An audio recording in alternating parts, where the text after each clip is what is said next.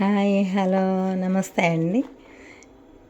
ఈరోజు మా స్వామి బొంబాయి చట్నీ ఎలా చేయాలో చెప్తాడు. ఫస్ట్ కొబ్బరి,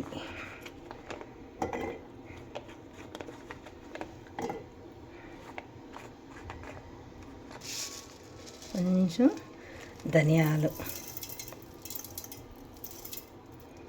అంతేనా స్వామి? ఇప్పుడు దీన్ని గ్రైండ్ ఎలా చేయాలో చూపిస్తారు.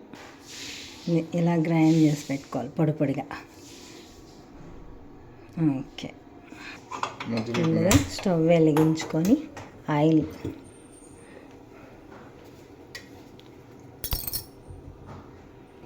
ముందుగా ఆయిల్ కొంచెం ఆయిల్ పోసుకొని ముందు జీలకర్ర,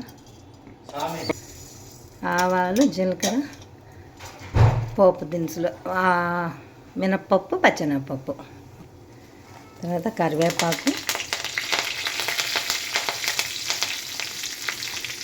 టమాటా,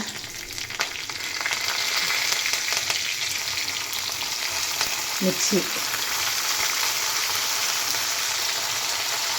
అన్నీ కలిపెట్టుకోవాలి. అన్నీ బాగా కొంచెం ఏగేంత వరకు కలపాలి.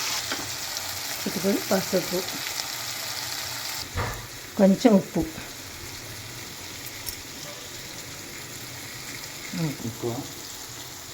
ఇప్పుడు వాటర్,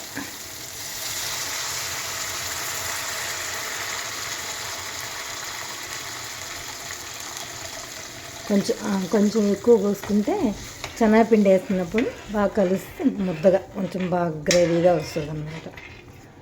ఇప్పుడు గ్రైండ్ చేసిన పొడి మొత్తం ఈ వాటర్లో వేసి కలుపుకోవాలండి.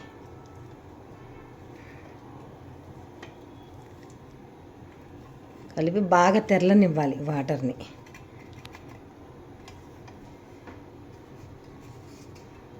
ఈ బొంబాయి చట్నీకి కాంబినేషన్ ఇడ్లీ అన్నమాట.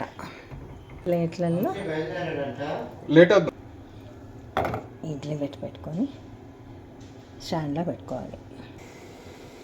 శనగపిండిని ఇట్లా వేసుకొని బాగా కలుపుకోవాలండి. కలుపుకొని ఈ తెరులుతున్న వాటర్లో ఈ శనగపిండి వేయాలి. పోసి బాగా కలపాలి.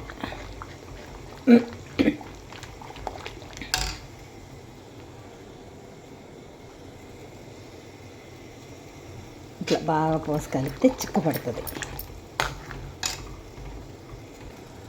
ఇప్పుడు ఇడ్లీ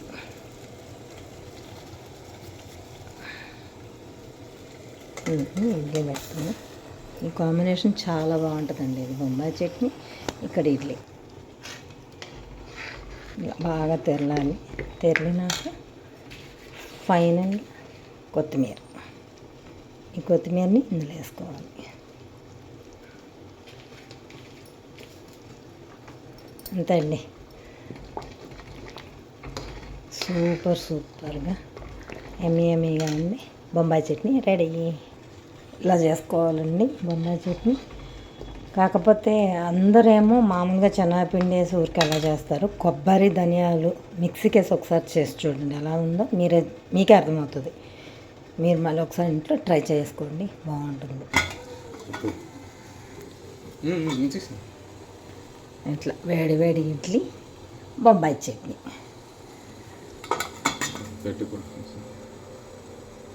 ఓకే అండి, బాయ్.